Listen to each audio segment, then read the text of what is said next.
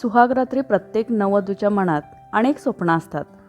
पण त्या रात्री मृणालच्या आयुष्यात जे घडलं त्याने तिच्या संसाराची सुरुवात आनंदाने नाही तर एका अशा सत्याने झाली ज्याचा परिणाम पुढची 20 वर्ष तिच्या प्रत्येक निर्णयावर होणार होता. आश्चर्य म्हणजे ते सत्य कोणत्याही प्रेम प्रकरणाचं नव्हतं, कोणत्याही विश्वासघाताचं नव्हतं आणि कोणत्याही संपत्तीचंही नव्हतं. ते सत्य एका वचनाचं होतं. मृणालचं आणि समीरचं लग्न दोन्ही घरच्या मंडळीच्या संमतीनं झालं होतं. समीर एका औषध निर्माण कंपनीत वरिष्ठ अधिकारी होता. त्याचे वडील माधवराव निवृत्त मुख्याध्यापक आणि आई सुमित्राताई समाजसेविका होत्या. शहरात त्यांचं नाव आदराने घेतलं जायचं. मृणालने या घरात पाऊल ठेवताना एक गोष्ट लगेच लक्षात घेतली होती. घरात प्रेम होतं, शिस्त होती, पण कुठेतरी एक न बोललेलं दुःखही होतं. प्रत्येकाच्या चेहऱ्यावर हसू होतं, पण काही विशिष्ट विषय निघाले की सगळे अचानक शांत व्हायचे. लग्नाचे सगळे विधी संपले. रात्री उशिरा मृणाल सजवलेल्या खोलीत आली. काही क्षणांनी समीर आत आला. त्याने दार अलगद बंद केलं. दोघांमध्ये काही क्षण शांतता होती. मग समीरने खुर्ची ओढून मृणालसमोर बसत म्हटलं, मृणाल, आज मी तुला अशी गोष्ट सांगणार आहे जी या घराबाहेर फार कमी लोकांना माहिती आहे. मला ती आजच सांगावी लागेल, कारण उद्या सांगितली तर ती उशिरा सांगितल्यासारखी वाटेल. मृणालने त्याच्याकडे पाहिलं. काय गोष्ट? समीरने खोल श्वास घेतला. तू माझ्यावर रागवलीस, मला चुकीचं समजलीस किंवा हा संसार नको म्हणालीस तरी मी तुला अडवणार नाही, पण मी खोट्यावर संसार सुरू करणार नाही. मृणालच्या मनात अनेक शंका आल्या, पण ती शांत राहिली. समीर म्हणाला, माझ्या आईबाबांना एक मुलगी होती. तिचं नाव अन्वी होतं. ती माझ्यापेक्षा 7 वर्षांनी लहान होती. मृणालला आश्चर्य वाटलं, कारण लग्नाच्या बोलण्यात नातेवाईकांमध्ये किंवा घरात कुणीही त्या मुलीचा उल्लेख केला नव्हता.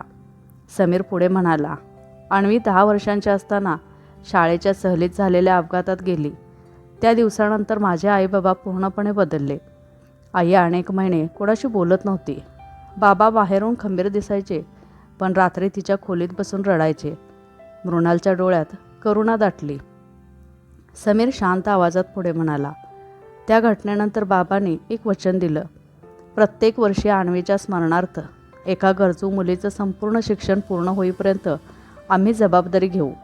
आजपर्यंत 11 मुले शिक्षण पूर्ण करून स्वतःच्या पायावर उभ्या राहिल्या आहेत. 12व्या मुलीचं शिक्षण अजून सुरू आहे. मृणालच्या चेहऱ्यावर समाधान उमटलं. तिला वाटलं, इतकंच सत्य असेल तर त्यात चुकीचं काय? पण समीरचा आवाज पुन्हा गंभीर झाला. या वचनाची एक अट आहे. कसली? या घरात येणाऱ्या प्रत्येक सुनेने हे वचन पुढे चालू ठेवायचं. आमच्या उत्पन्नाचा ठरलेला भाग कायम त्या कामासाठी जाईल. कधी व्यवसायात नुकसान झालं, कधी आर्थिक अडचण आली तरी हे वचन मोडायचं नाही. म्हणूनच मला लग्नाच्या पहिल्याच रात्री तुला हे सांगणं आवश्यक वाटलं, कारण उद्या परिस्थिती बदलली आणि तुला हे आधीपासून माहीत नव्हतं तर मला आयुष्यभर अपराधी वाटलं असतं. मृणाल काही क्षण शांत राहिली. तिने समीरला फक्त एकच प्रश्न विचारला, अन्वीचा फोटो कुठे आहे? समीर उठला. कपाटातील वरच्या ड्रॉवरमधून त्याने एक लाकडी पेटी बाहेर काढली. त्यात हसऱ्या चेहऱ्याच्या 10 वर्षाच्या मुलगीचा फोटो होता. फोटोच्या मागे अन्वीच्या स्वतःच्या हस्ताक्षरात एक वाक्य लिहिलेलं होतं, बाबा, मोठी झाले की मी खूप मुलींना शिकवणार. समीर म्हणाला, हा फोटो आम्ही रोज बाहेर ठेवत नाही, कारण आई अजूनही तो फोटो पाहिला की खूप भावूक होते. पण हा फोटो लपवलेला नाही, विसरलेलाही नाही. तो आमच्या वचनाची आठवण आहे. मृणालने फोटो दोन्ही हाताने धरला. काही क्षण ती त्या निरागस चेहऱ्याकडे पाहत राहिली. मग तिने फोटो परत समीरच्या हातात दिला आणि हसत म्हणाली, आजपासून ते वचन फक्त तुमचं राहिलेलं नाही, ते माझंही आहे. समीरच्या चेहऱ्यावर अनेक दिवसांनी मनापासूनचं हसू उमटलं. त्याला वाटलं, आयुष्याने त्याला योग्य जोडीदार दिला आहे. पण त्याच क्षणी खाली हॉलमध्ये फोनची घंटी वाजली. रात्रीचे जवळपास 12 वाजले होते. इतक्या उशिरा फोन येणं अनपेक्षित होतं. माधवरावाने फोन उचलला. काही क्षण त्याने समोरच्याचं बोलणं ऐकलं आणि त्यांच्या हातातून रिसिव्हर जवळजवळ निसटला. ते फक्त एवढंच म्हणाले, काय? तुम्ही खात्रीने बोलत आहात? त्यांच्या आवाजातील भीती ऐकून समीर धावत खाली आला. माधवरावाने त्याच्याकडे पाहिलं. त्यांच्या डोळ्यात अविश्वास आणि आश्चर्य एकाच वेळी होतं. त्यांनी थरथरत्या आवाजात फक्त एकच वाक्य उच्चारलं, समीर, कोणीतरी म्हणतंय अन्वीच्या अपघाताबद्दलचं सत्य आपल्या माहितीसारखं नव्हतं. हे शब्द ऐकताच घरात पुन्हा एकदा तीच अस्वस्थ शांतता पसरली, जी अनेक वर्षांपासून या घरात दडून बसली होती. समीरने वडिलांच्या हातातून रिसिव्हर घेतला. समोरून एका वृद्ध माणसाचा आवाज येत होता. माझं नाव विनायक जोशी आहे. मी 20 वर्षांपूर्वी त्या शाळेच्या सहलीला बस चालक होतो. मला तुमच्याशी प्रत्यक्ष भेटायचं आहे. मी आयुष्यभर एक ओझं घेऊन जगलो. आता जास्त दिवस जगण्याची खात्री नाही, म्हणून उशीर होण्यापूर्वी सत्य सांगायचं ठरवलं आहे. समीरने त्यांचा पत्ता घेतला, फोन ठेवला. सुमित्रा त्यांच्या चेहऱ्यावर भीती स्पष्ट दिसत होती. त्या हळू आवाजात म्हणाल्या, पुन्हा तेच सगळं उकरून काढायची गरज आहे का? माधवराव शांतपणे म्हणाले, जर कोणी इतक्या वर्षांनी फोन केला आहे तर त्यामागे कारण नक्कीच मोठं असेल. दुसऱ्या दिवशी सकाळी समीर, मृणाल आणि माधवराव त्या वृद्ध व्यक्तीच्या घरी पोचले. एका छोट्याशा घरात विनायक जोशी एकटे राहत होते. त्यांची तब्येत खूपच खालावलेली होती. त्यांनी कपाटातून एक जुनी फाईल बाहेर काढली. त्या फाईलमध्ये अपघाताचे वर्तमानपत्रातील कात्रण, काही छायाचित्र आणि एक सीलबंद लिफाफा होता. त्यांनी थरथरत्या हाताने तो लिफाफा माधवरावांच्या हातात दिला. हा मला त्या दिवशी एका शिक्षिकेने दिला होता. तिने सांगितलं होतं, योग्य वेळ आली की अन्वीच्या आईवडिलांना दे. पण माझ्या ते धाडस कधीच झालं नाही. माधवरावाने लिफाफा उघडला. आत एका शिक्षिकेचं हस्तलिखित पत्र होतं. पत्रात लिहिलं होतं, माधवराव, त्या दिवशी बसचा अपघात झाला हे खरं आहे, पण अपघात होण्यापूर्वी अन्वीने जे केलं ते कुणालाच कधी सांगितलं गेलं नाही. बस उतारावरून घसरायला लागली तेव्हा मागच्या सीटवर बसलेल्या 2 मुली दरवाजाजवळ अडकल्या होत्या. अन्वीने स्वतः बाहेर उडी मारण्याऐवजी त्यांना ढकलून सुरक्षित बाहेर काढलं. त्याच काही क्षणात बस उलटली. डॉक्टरांनी आम्हाला सांगितलं की जर अन्वीने आधी स्वतःचा विचार केला असता तर ती वाचण्याची शक्यता जास्त होती. पत्र वाचताना माधवरावांच्या डोळ्यातून अश्रू उगळू लागले. ते इतकी वर्ष मुलगी अपघातात गेली एवढंच जाणून जगत होते, पण आज पहिल्यांदाच त्यांना कळलं की तिने शेवटच्या क्षणीही दुसऱ्यांचा जीव वाचवणं निवडलं होतं. विनायक जोशी पुढे म्हणाले, इतकंच सत्य नाही. त्यांनी फाईलमधून एक छोटी वही काढली. अपघातानंतर मुलांच्या वस्तू गोळा करताना मला ही वही सापडली होती. पोलिसांच्या गोंधळात ती माझ्याकडेच राहिली. मला वाटलं ती रिकामी असेल, पण काही दिवसांनी उघडून पाहिली तेव्हा त्यात अन्वीची हस्ताक्षरं होती. समीरने वही उघडली. शेवटच्या पानावर लिहिलं होतं, मी मोठी झाले की बाबांच्या सोबत गरीब मुलींना शिकवणार. ज्यांच्याकडे फी नाही, पुस्तकं नाहीत, त्यांच्यासाठी काहीतरी करणार. मृणालच्या अंगावर काटा आला. समीरने वहीतील ते शब्द पुन्हा वाचले. त्याला आठवलं, काल रात्री फोटोच्या मागेही जवळजवळ असंच वाक्य लिहिलेलं होतं.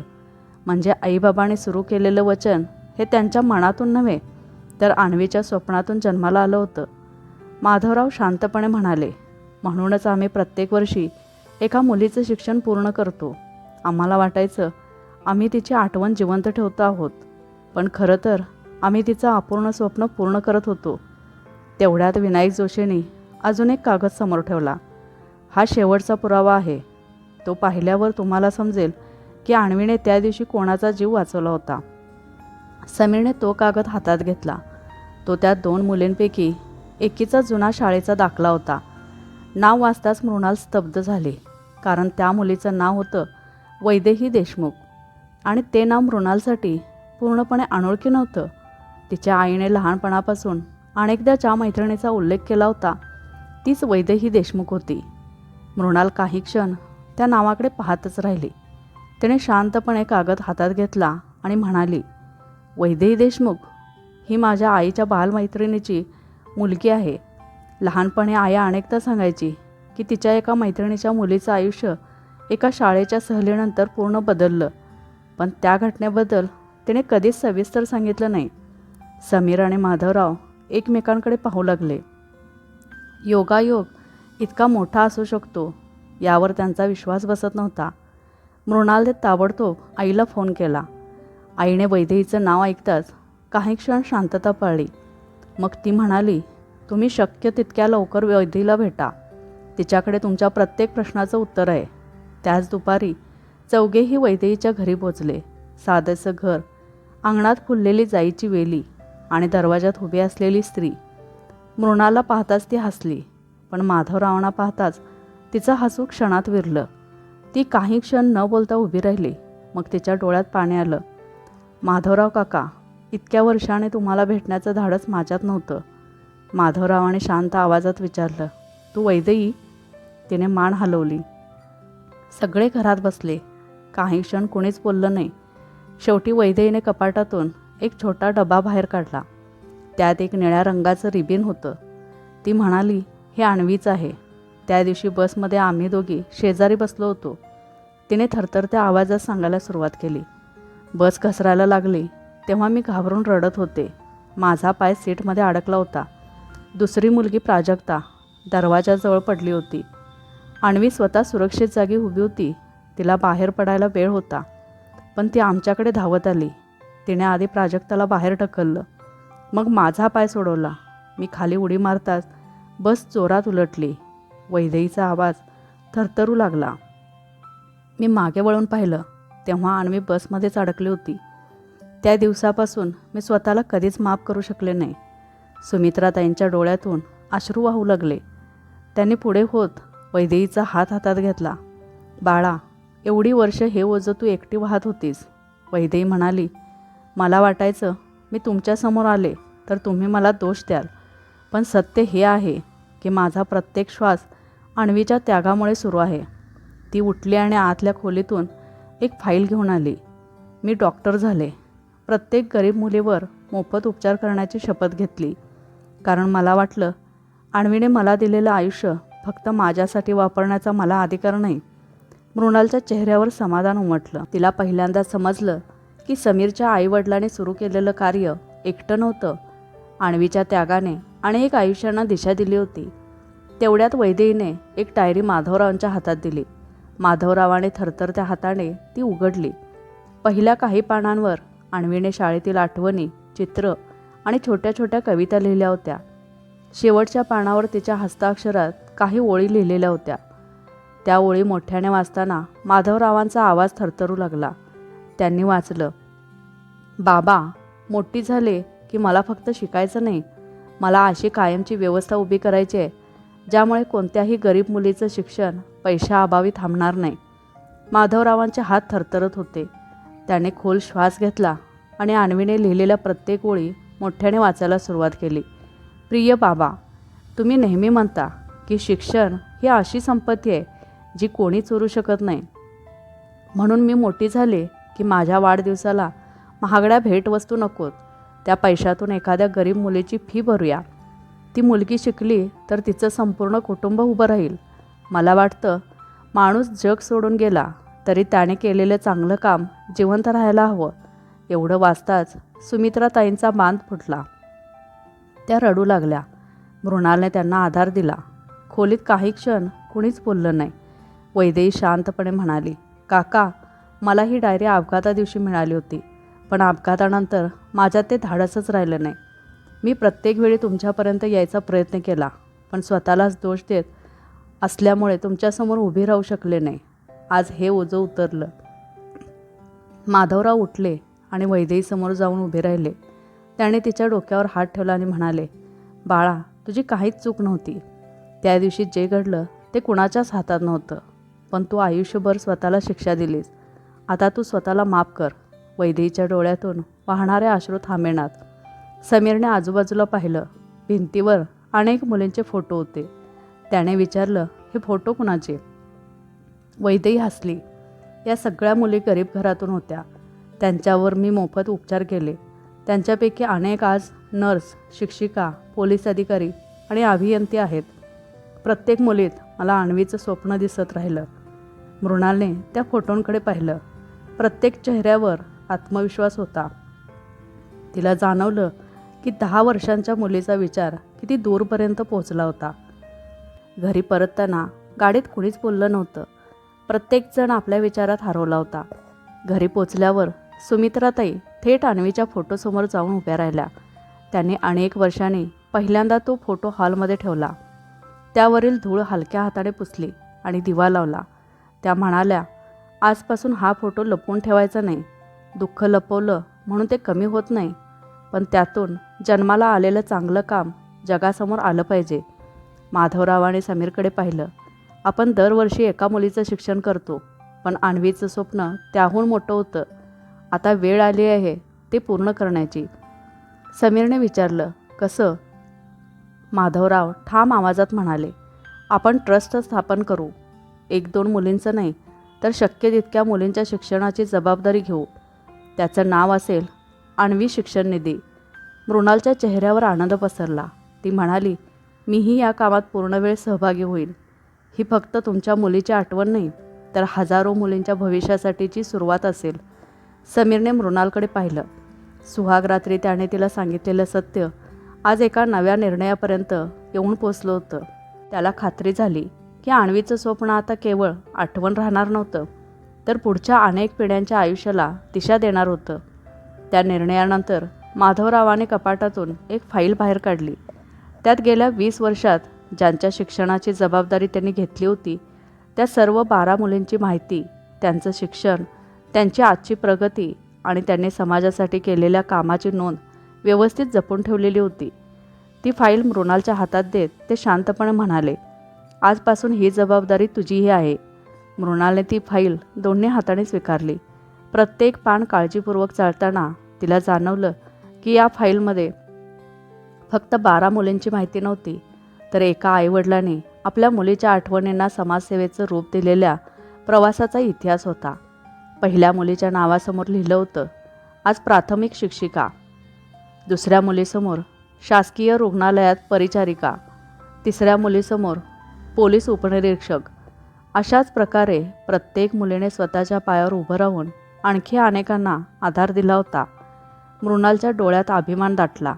ती म्हणाली, बाबा, अन्वीचं स्वप्न तुम्ही जिवंत ठेवलं. आता ते आणखी मोठं करूया. काही दिवसातच सर्व कायदेशीर प्रक्रिया पूर्ण झाली आणि अन्वी शिक्षण निधीची अधिकृत नोंदणी झाली. उद्घाटनासाठी कोणताही मोठा सोहळा ठेवला गेला नाही. त्याऐवजी त्या दिवशी 12 मुलींना आणि त्यांच्या कुटुंबियांना घरी बोलावण्यात आलं. वैदेही आली होती. तिच्यासोबत प्राजक्ताही आली होती.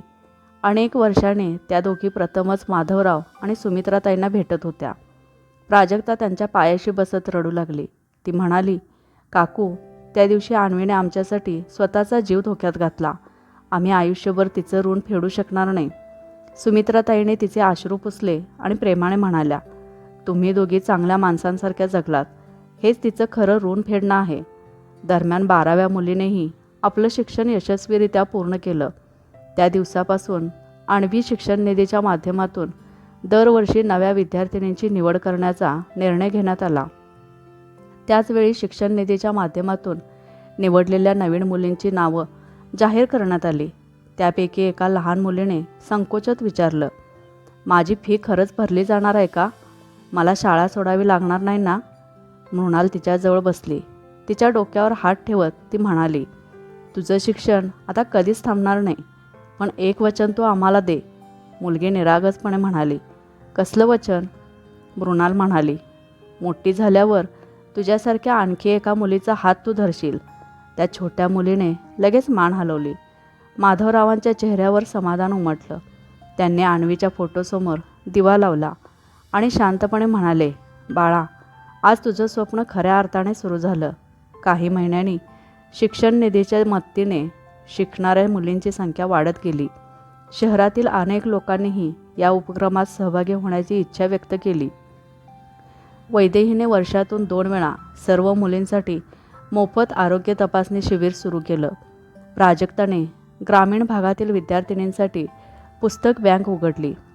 समीरने आपल्या कंपनीच्या सामाजिक उत्तरदायित्व निधीतून शिक्षण निधीला मदत मिळवून दिली. मृणालने प्रत्येक मुलीशी वैयक्तिक संपर्क ठेवण्याची जबाबदारी स्वीकारली. काही वर्षांनी पहिली लाभार्थी मुलगी अभियंता होऊन ट्रस्टच्या कार्यालयात आली.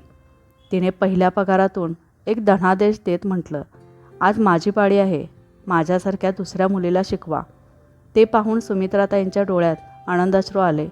माधवराव हसत म्हणाले, अन्वी, तू एका मुलीला वाचवलंस असं आम्हाला वाटत होतं, पण खरं तर तू कित्येक पिढ्यांचं भविष्य उजळवलंस. त्या संध्याकाळी समीर आणि मृणाल गच्चीवर उभे होते. मृणाल शांतपणे म्हणाली, आपल्या सुहागरात्री तू मला जे सत्य सांगितलंस ते ऐकून मला वाटलं होतं की ही फक्त एका दुःखी कुटुंबाची गोष्ट आहे, पण आज समजलं की ते सत्य दुःखाचं नव्हतं, ते जबाबदारीचं होतं. त्या एका निर्णयामुळे कितीतरी मुलींचं आयुष्य बदललं. समीर हसला. मला त्या रात्री एकच भीती होती, तू हे सगळं स्वीकारशील की नाही. मृणाल त्याचा हात हातात घेत म्हणाली, संसार फक्त 2 माणसांचा नसतो. संसार म्हणजे आपण समाजासाठी काय मागे ठेवतो हेही असतं. खाली हॉलमध्ये अन्वीचा फोटो होता. त्यासमोर ताज्या फुलांचा हार आणि शांतपणे तेवत असलेला दिवा. त्या दिव्याच्या प्रकाशात एका छोट्या मुलीचं स्वप्न आता हजारो मुलींच्या भविष्याला उजेड देत होतं.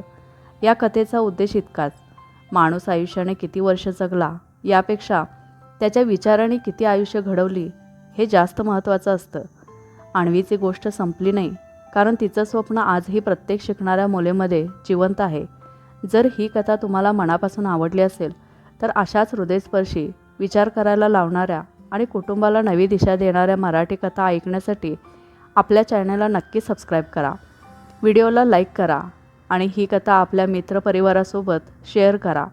पुन्हा भेटू एका नव्या, वेगळा आणि मनाला स्पर्श करणाऱ्या कथेसह. धन्यवाद.